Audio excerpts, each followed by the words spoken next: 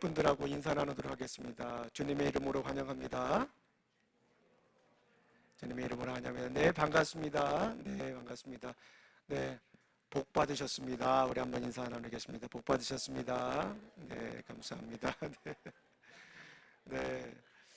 요즘 유행하는 드라마가 있지요. 네, 복싹 수가수다. 네, 네, 그래, 네, 네, 그래요. 저도 그 드라마를 보면서 참 많은 생각을 합니다. 근데 그게 제주도 사투리 방언이라고 그러죠. 수고 많았습니다. 그런 뜻이래요. 복삭 속았수다. 그래서 저는 뭐 누구에게 완전히 속았다 그런 얘기인 줄 알았는데 복삭 속았다가 그 제주도 방언으로 수고 많았습니다. 그런 뜻이래요. 옆에 있는 분들에게 복삭 수고하수다 한번 얘기해 보겠습니다. 한번 나눠보겠습니다. 수고 많으셨습니다. 네.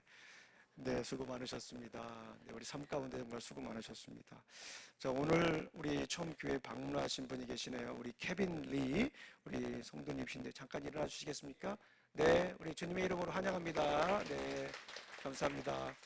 우리 아이가 왔는데요. 우리 아이는 그 미국 교회에 같이 예배를 드립니다. 그래서 이 시간에 미국 교회 다음에 오실 때는 또 미국 교회에 함께 예배를 드려면 좋겠습니다. 그리고 아이가 한국말을 잘하면 어른과 예배 드리는 것도 괜찮습니다.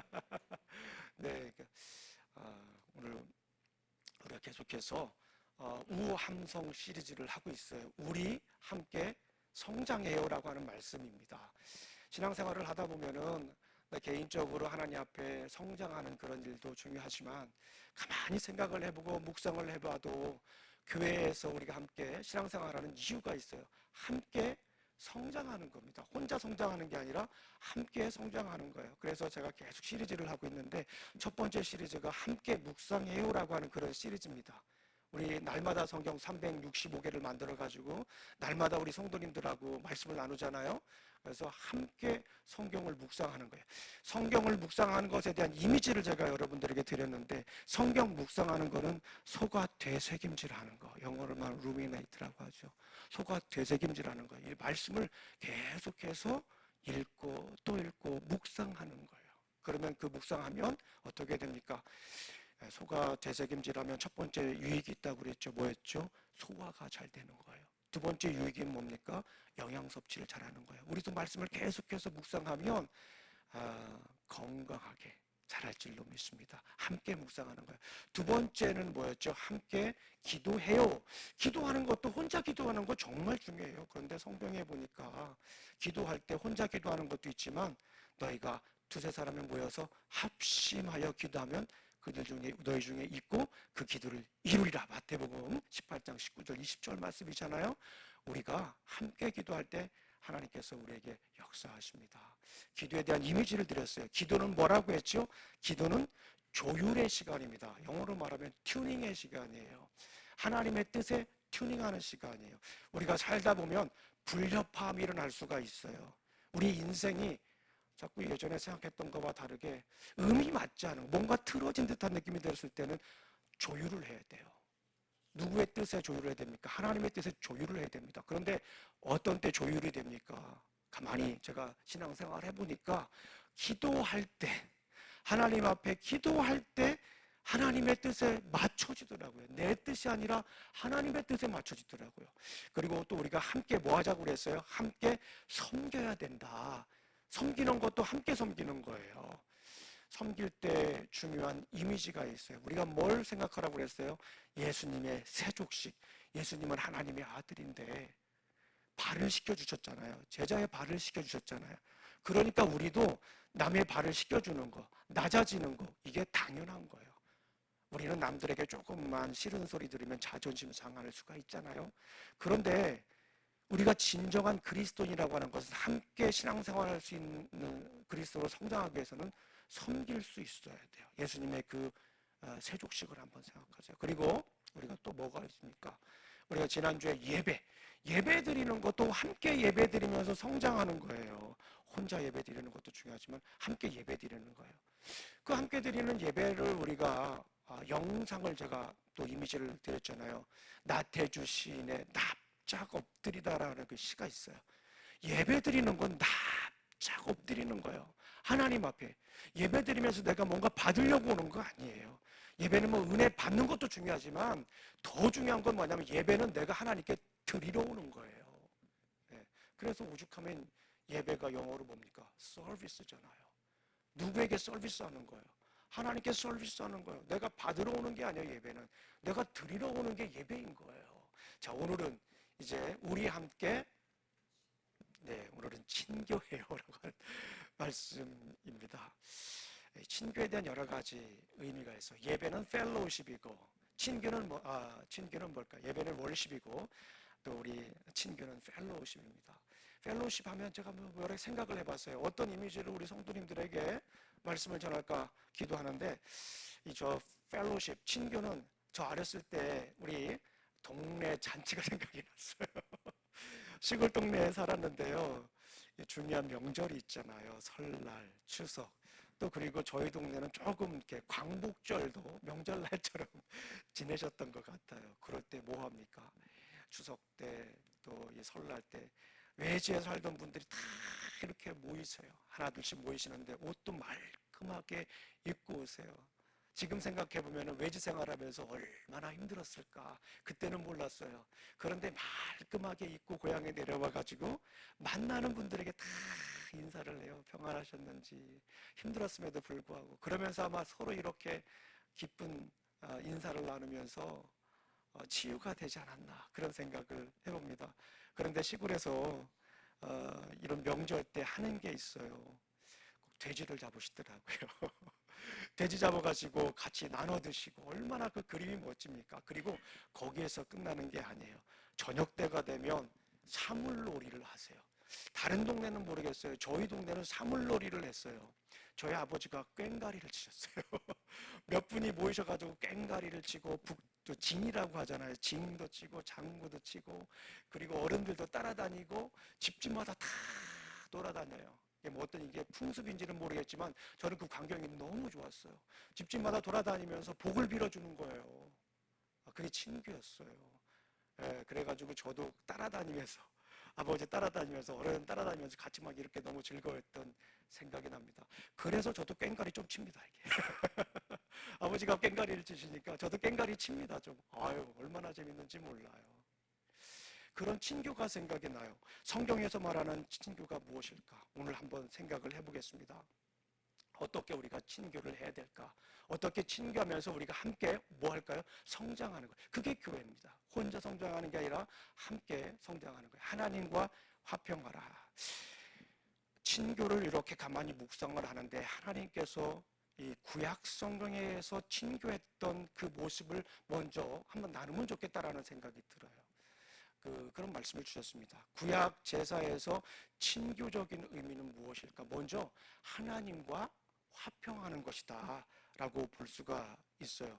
화목제라고 하는 게 있어요. 우리 레위기를 보게 되면 제사의 종류가 나와요. 레위기 1장부터 5장까지 보면 번제, 소제, 화목제, 속건제, 속제제 이 5가지가 있어요. 우리 레위기 이미 공부하신 분들은 잘 아실 거예요.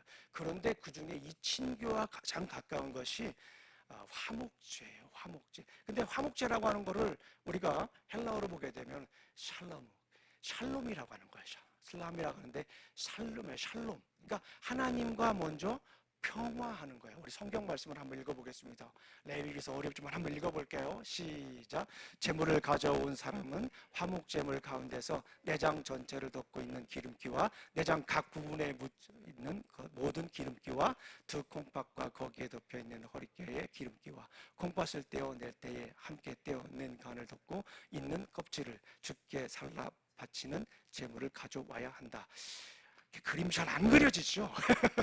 어떤 내용인지 잘 그리죠? 중요한 건 뭐냐면 먼저 이 화목제를 드릴 때 하나님께 드려야 된다라고 하는 거예요. 근데 여기에 중요한 게 뭐냐면 기름을 드리는 거예요. 이 그림이 잘 안 그려지실 거예요. 그런데 중요한 게 뭐냐면 기름을 드려야 된다라고 하는 건 중요한 거예요. 근데 이 기름이라고 하는 것은 구약 성경에서 굉장히 중요한 부분인 거예요. 소중한 부분인 거예요. 동물에 있어서 기름도 굉장히 소중한 부분을 드려야 된다라고 하는 거예요. 그리고 쭉 읽어보면 콩팥을 드려야 된다. 이런 얘기가 있어요. 콩팥. 이런 것은 뭐냐면 콩팥은 거기에 심장, 양심 이런 것이 생각, 이런 것이 있다라고 생각을 했어요. 구약 성경에서. 그래서 생각을 드리는 거예요. 심장을 드린다라고 이렇게 볼 수가 있어요. 그러니까 먼저 하나님께 예배를 드려야 되는 거예요. 하나님과 평화를 하는 거예요. 친교를 할 때 가장 중요한 건 뭐예요? 사람들과 평화하는 것도 중요하지만 가장 중요한 첫 번째 스텝이 뭐냐면 하나님과 평화를 해야 한다라고 말씀을 드리는 거예요. 요즘 삶이 어떠십니까? 좀 평안하십니까? 우리 평안한 삶을 누리기 위해서 우리가 먼저 하나님과 화목해야 돼요. 뭐 자식 걱정도 있을 수 있고, 또 고부간의 갈등이 있을 수도 있고, 또 미국에서 어떻게 살아갈 것인가, 또 요즘 또 정치도 막 불안하고 경제도 어려워 어떻게 살아가야 할 것인가 고민이 많을 수 있습니다. 예. 그리고 그러다 보니까 다른 사람들과도 화목이 잘 안 되고 또 짜증 낼 수도 있고 그럴 수도 있어요. 그런데 이때 우리가 먼저 생각해 봐야 될 것이 있습니다. 뭐냐면 하나님과 화평해야 돼요. 우리의 화평 있게 우리의 친교를 하기 위해서 먼저 하나님과 화평을 해야 됩니다. 옥스퍼드와 캠브리지 대학의 교수로 있던 무신론자 학자가 있었습니다. 여러분 잘 아시는 C.S. 루이스라고 하는 분이에요. 근데 그분이 개종을 했습니다. 그리고 뭐 우리가 잘 아는 굉장히 유명한 책들을 썼어요. 뭐 Mere Christianity, 순수한 기독교라든가 아니면 뭐 고통의 문제, 헤아려 본 슬픔 이런 책들이 있어요. 고통과 슬픔에 관한 이런 책들을 썼어요. 그래서 고통의 문제라고 하는 책은 굉장히 유명한 변증 책입니다. 그런데 이분이 59세 때 결혼을 하게 됩니다. 미국에 있는 여류 시인 조이라고 하는 자매를 만나서 결혼을 해요. 한 16살 정도 차이가 났는데 한 4년 정도 정말 달콤한 인생을 삽니다. 정말 결혼을 안 할 것 같은 인생이었는데 느지막이 정말 인생의 아름다운 여인을 만나서 결혼을 하고 정말 달콤한 결혼 생활을 했는데 참 아쉽게도 4년밖에 하지 못했어요. 그리고 나서 그가 쓴 책이 헤아려 본 슬픔이라고 하는 책입니다. 제가 가끔 우리 성도님들 가운데 너무 힘든 일을 경험한 분들에게 제가 그 책을 한번 읽어보시라고 이렇게 드리는 책 중에 하나입니다. 그 책에 이런 내용이 있어요. 하나님께서는 어디에 계신가? 사랑하는 여인을 잃었어요.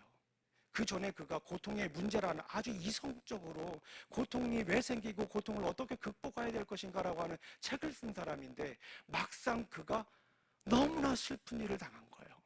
정말 달콤한 인생에 있어서 가장 달콤한 이 4년 후를 생각하면서 그가 쓴 책이 헤아려본 슬픔이에요.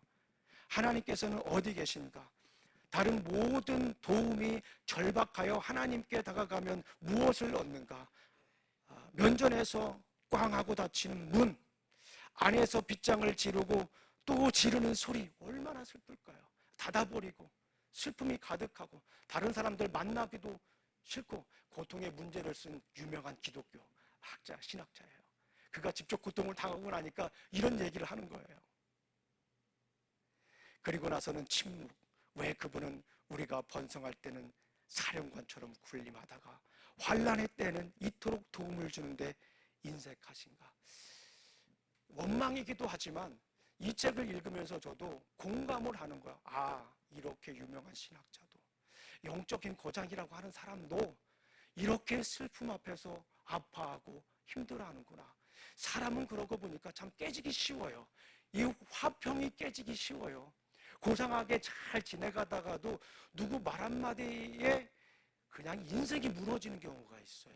정말 신앙을 잘 지키다가도 옆에 사람이 나에 대해서 별거 아닌 얘기인데도 그냥 삶이 무너지는 경우가 간혹 종종 있습니다. 화평이 깨지기 쉬워요, 우리 인생이. 그럴 때 우리가 뭐를 생각합니까? 친교를 생각해야 돼요. 누구와의 친교를 생각해야 됩니까? 하나님과의 친교를 생각해야 돼요. 사람들과의 친교도 중요하지만 사람들과의 관계도 중요하지만 내가 먼저 하나님께 온전한 화목제물, 샬롬을 드리고 있는가를 우리는 생각을 해야 됩니다. 우리가 함께 친교하는 것이 대단한 거예요. 정말 우리 주님 안에서 베풀어 주신 그 친교를 나누는 것은 단순히 우리가 즐겁고 기쁘고 서로 인간관계를 돈독하게 하는 것을 넘어선 겁니다. 그 이면에 뭐가 있어요? 하나님과 친교가 돼야 돼요. 정말 중요한 겁니다. 우리 사랑하는 성도님들, 우리가 온전한 친교를 하기 위해서 먼저 하나님과 화목하시기를 주님의 이름으로 축원합니다. 그거를 지켜야 돼요. 다른 사람들과 저 사람의 성격, 저 사람의 살아온 인생, 고민이 뭔지, 아픔이 뭔지, 장점이 뭔지, 단점이 뭔지, 뭐 요즘 말하면 트리거라고 하는 말을 쓰기도 하잖아요. 그것이 뭔지가 아니라 먼저 내가 하나님과 화평하고 있는가를 점검을 하셔야 됩니다. 자, 우리 두 번째는, 첫 번째는 하나님과 화평하는 겁니다. 자, 우리 한번 성경 말씀 로마서 5장 1절 말씀을 읽어보겠습니다. 시작. 그러므로 우리는 믿음으로 이롭게 하여 주심을 받았으니 우리 주 예수 그리스도로 말미암아 하나님과 더불어 화평을 누립니다. 그래요. 먼저 우리가 하나님과 화평을 누려야 됩니다. Peace with God 해야 되죠. 두 번째, 어떻게 우리가 친교해야 됩니까? 두 번째는 이웃과 화평을 해야 된다라고 하는 말씀입니다. 첫 번째는 누구와 화평을 해야 돼요? 이웃과 화평하는 거예요. 이웃과 화평하는 건데 이건 조금 더 적극적으로 표현한다면 이웃과 나누는 겁니다. 이웃과 화평하는 것은 이웃과 나누는 것이다라고 볼 수가 있습니다. 구약 성경에서 이 화목제를 보게 되면 먼저 중요한 부분 아까 봤잖아요. 기름, 콩팥 이런 것은 하나님께 드렸어요. 태워서 드렸어요. 근데 거기서 예배가 끝나지 않는다라고 하는 거예요. 예배가 끝난 다음에 남은 음식들을 어떻게 합니까? 거기 함께 모인 사람들과 나누는 것까지가 화목제예요. 하나님께 그냥 드리는 것으로 끝나는 것이 아니라 거기에 남아있는 음식들을 서로 나누는 것까지가 화목제라고 하는 거예요. 그러니까 중요한 게 뭐예요? 하나님과 화평하는 게 중요하고 두 번째는 뭡니까? 사람들과 나누는 거. 그러니까 여기서 정말 중요한 개념이에요. 친교도 예배이다라는 거예요. 뭐라고요? 그냥 우리 예배 시간에 이렇게 예배 드리는 것도 예배지만 친교하는 것도 예배라고 하는 거예요. 우리 한번 성경을 한번 읽어보겠습니다. 레위기서 7장 15절 16절 말씀이요. 시작. 화목제사에서 감사제물로 바친 고기는 그것을 드린 그 날로 먹어야 하고 조금이라도 다음 날 아침까지 남겨두어서는 안 된다. 그들이 먹고 있을 때에 예수께서 빵을 죄송합니다. 여기까지만. 네, 이건 다음 얘기입니다. 여기서 중요한 것은 뭐냐면 화목제물을 드린 다음에 감사제물로 바친 고기는 뭐예요? 그날로 먹어야 되는 거예요. 다음 날로 넘기면 안 되는 거예요. 물론 여기는 위생적인 그런 부분도 있지만 정말 중요한 것은 뭐냐면 그날로 고기를 먹어야 된다라고 하는 거예요. 누구와 먹는 거예요? 거기 함께 모임. 물론 레위기서 3장 뒤를 보게 되면 제사장들의 몫도 있습니다. 그러니까 먼저 하나님께 드리고 제사장의 몫이 있고 그 다음에 거기 모인 모든 사람들이 함께 나누는 거. 이게 친교인 거예요. 함께 나누는 거. 먼저 하나님과 화평하고 그 다음에 모인 사람들과 함께 나누는 거. 화평하는 거. 이것이 화평의 진정한 목적이다라고 볼 수가 있습니다. 이게 펠로우십의 진정한 의미라고 볼 수가 있습니다. 예수님은 이 화목제의 의미를 자신의 희생과 성만찬을 통해서 완성하셨어요. 우리 중요한 예식이 있잖아요. 어떤 예식이 있습니까? 침례교에서 성만찬, 죄 만찬과 또 침례식이 있어요. 그 중에 이 성만찬이라고 하는 것은 이 친교의 의미도 매우 크다라고 볼 수가 있습니다. 자, 우리 한번 성경 말씀을 읽어보겠습니다. 시작. 그들이 먹고 있을 때에 예수께서 빵을 들어서 축복하신 다음에 떼어서 제자들에게 주시고 말씀하셨다. 받아서 먹어라. 이것은 내 몸이다. 라고 이렇게 말씀하셨습니다. 그리고 27절 읽어보겠습니다. 시작. 또 잔을 들어서 감사를 드리신 다음에 그들에게 주시며 말씀하셨다. 모두 이 잔을 마셔라. 우리가 성찬을 1년에 4번씩 하는데 중요한 거예요. 떡을 나누고 예수님 몸을 나누는 거예요. 그 다음에 뭐예요? 포도주를 나누고. 이건 뭐예요? 예수님 피를 나누는 겁니다. 이거는 뭐냐면 예수 그리스도를 기념하는 거예요. 예수 그리스도께서 십자가에 못 박혀 돌아가신 거. 누구를 위해서? 나를 위해서 돌아가신 거. 그리고 함께 나누잖아요. 이거는 공동체, 연합. 주님과의 연합이기도 하지만 우리와의 연합이기도 한 거야. 이 성만찬이. 그래서 함께 나누는 거야. 그래서 성만찬을 영어로 커뮤니언이라고 하는 거야. 커뮤니언. 주님과 함께 연합하고 또 우리와 함께 연합하는 거. 이 샬롬, 화목제를 이루신 분이 바로 예수 그리스도다라고 하는 것을 우리가 볼 수 있어요. 그래서 우리가 화목한다, 친교한다 라고 할 때 먼저 하나님과 화목해야 돼요. 정말 기필코 내가 다른 사람들과 문제가 있다라고 하면 그 사람과의 문제만 생각할 게 아니라 누구와 화목하지 못한 거를 먼저 생각해야 됩니까? 하나님과 화목하지 못한 거예요. 내가 하나님과 화목하지 못하면 이 세상이 다 화목하지 않은 것으로 보이는 거예요. 불안한 거예요. 그러나 내가 하나님과 화목하면 사람들과 화목할 수가 있어요. 하나님과 화목하면 누가 건드려도, 좀 이렇게 트리거를 건드려도, 아픈 말을 해도, 내 인생에 있어서 제발 얘기하지 말아야 될 얘기도 하는 그런 분들이 계시잖아요. 예, 어쩔 수가 없어요. 그런 분이 안 계실 수가 없어요. 모르니까. 그럼에도 불구하고. 그런데 내가 하나님과 화평하면 가까이 가서 뭐 까짓건 뭐 무슨 말을 해도 품을 수가 있어요.